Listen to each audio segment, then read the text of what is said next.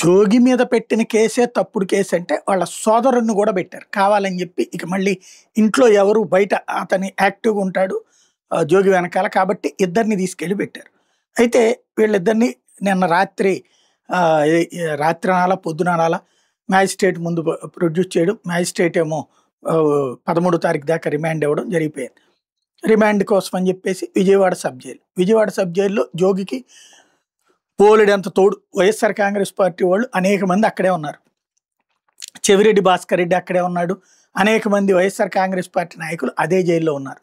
దాంతో ఇప్పుడు అంతా ఓ రకంగా చెప్పాలంటే బలమైన వైసీపీ నాయకుల జైలు అయిపోయింది అది. వైఎస్ఆర్ కాంగ్రెస్ పార్టీ వాళ్ళందరూ ఇప్పుడు రీయూనియన్ అవుతున్నారు అనమాట త్రూ జైలు. ఇది జగన్కి థ్రెట్టా లేకపోతే భవిష్యత్తులో ప్రభుత్వానికి థ్రెట్టా? వీళ్ళందరూ జగన్ని వదిలి దూరంగా పోయే పరిస్థితి క్రియేట్ చేయాలనుకుంటున్నారా, జగన్కి చేరువు చేస్తున్నారా ఈ కార్యక్రమం ద్వారా అనేది తేలాల్సి ఉంది ఫ్యూచర్లో.